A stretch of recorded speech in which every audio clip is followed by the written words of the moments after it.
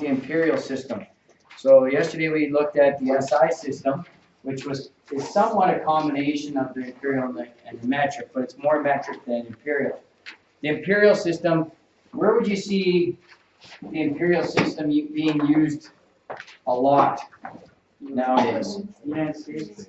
Okay, in the U.S., all right, but what about in Canada? Where we use this a lot? Carpentry. Carpentry, exactly, Cooper. Okay, so anything, basically, it's starting to change a little bit, but anything that you go in to buy in the lumber yard, right, is going to likely be an imperial system.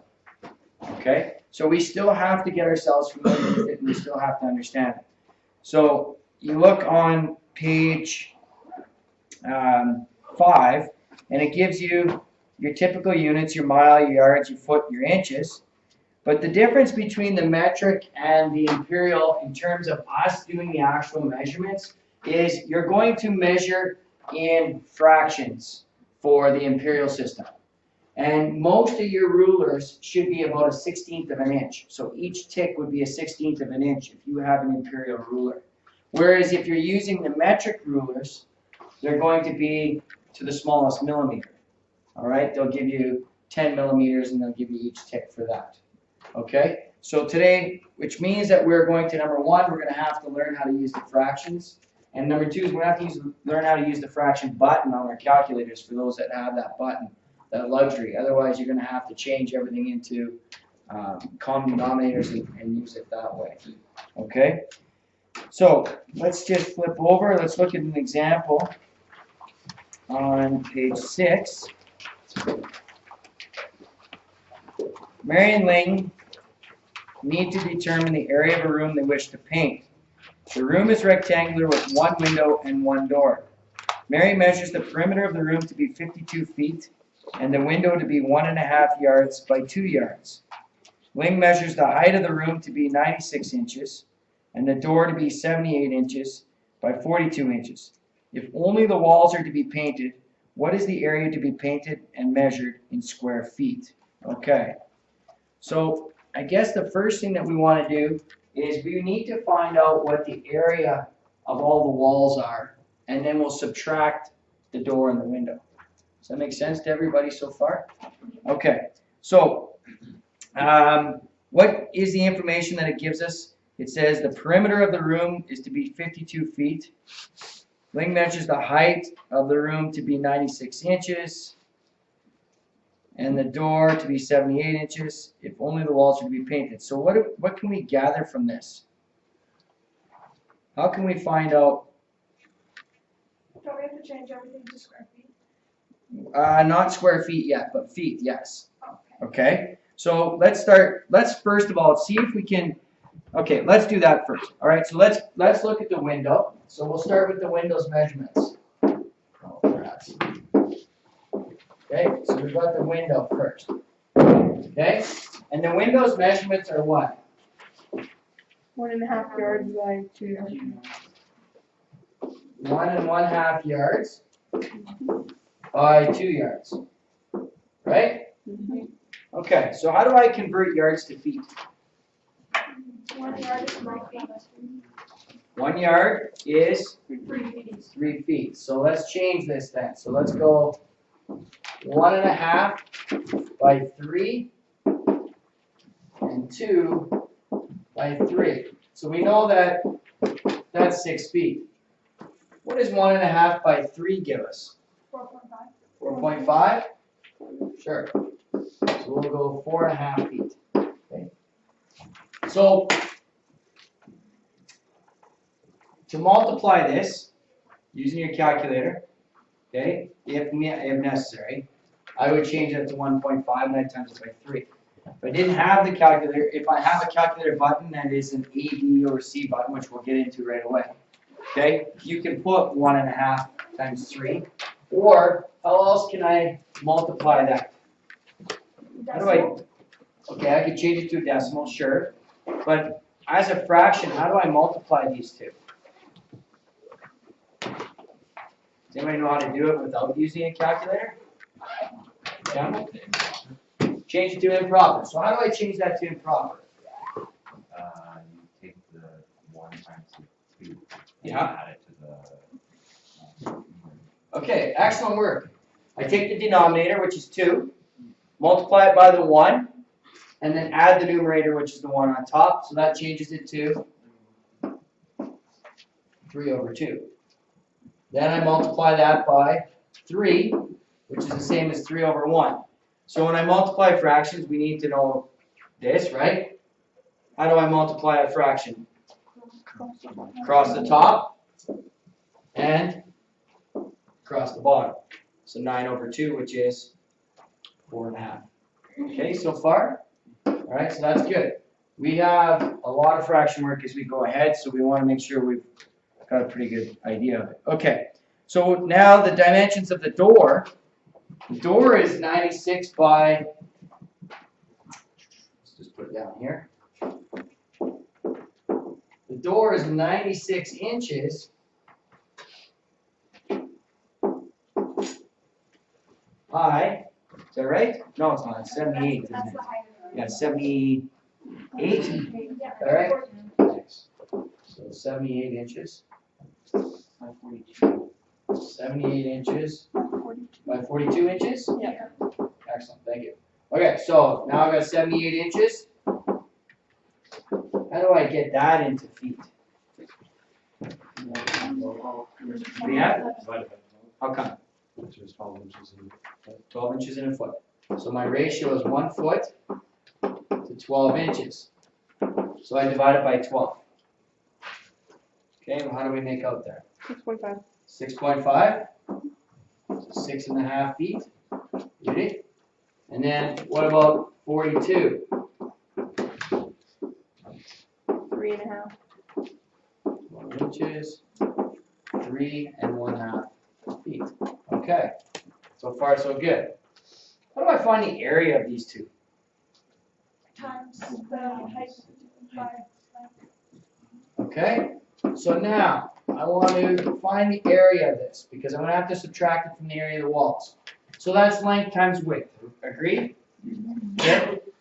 That's it. 4.5 times 6 is what? 27. Area is 27 feet squared. Okay? What about the area of the door? 22.75. 22.75. Or 3/4. 3/4. Well done. Feet squared. Just like that. Okay? So I've got 22 3/4 feet squared and 27 feet squared. Alright, so I've got the window and I've got the door. What information do they give me about finding the walls? The height of the room is 96 inches. The height's 96 inches. And the perimeter is 52 feet, so. The perimeter is 52 feet. So what does that mean to us? Oh, don't you divide that by 4? 46. There's 4 sides of the wall. Yeah. Are we assuming that? 96 divided by 12 and times it by the 52. 96 divided by 12 and times it by 52. And then they give you, Yeah, because I don't know if I can. because it's still the perimeter and then it's giving you the height. Okay, well, what is the perimeter though? Like, do I not need to know the length of each side, or am I assuming that it's a square? Does it say anything in there? The room is rectangular. Okay. So how do I come up with that, If you're painting on the walls. right? So if I'm painting all the walls, okay, the perimeter is the distance around basically the base of all the walls, is it not? Okay, so if I times that by the height, that will give me the area of the room. You agree? What do you think? Yeah? Okay. All right, so let's do this. Walls. So I want to find the area of the walls. So 52 feet, that perimeter around that room. And what is 96 inches? 8 feet. 8 feet. So the total area of all the walls is 416.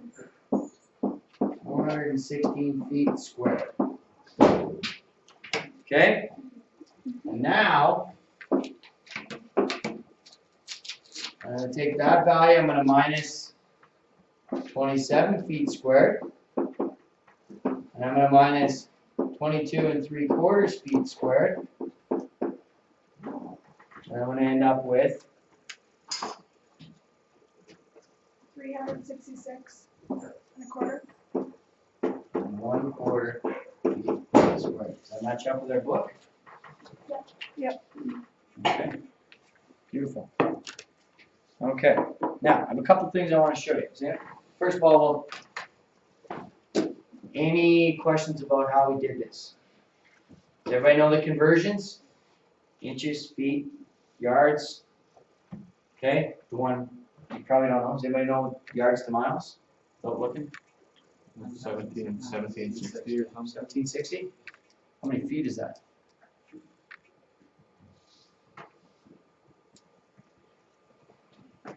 $52.80. 5280. Okay, well done. Okay, so here's another thing that I wanted to show you.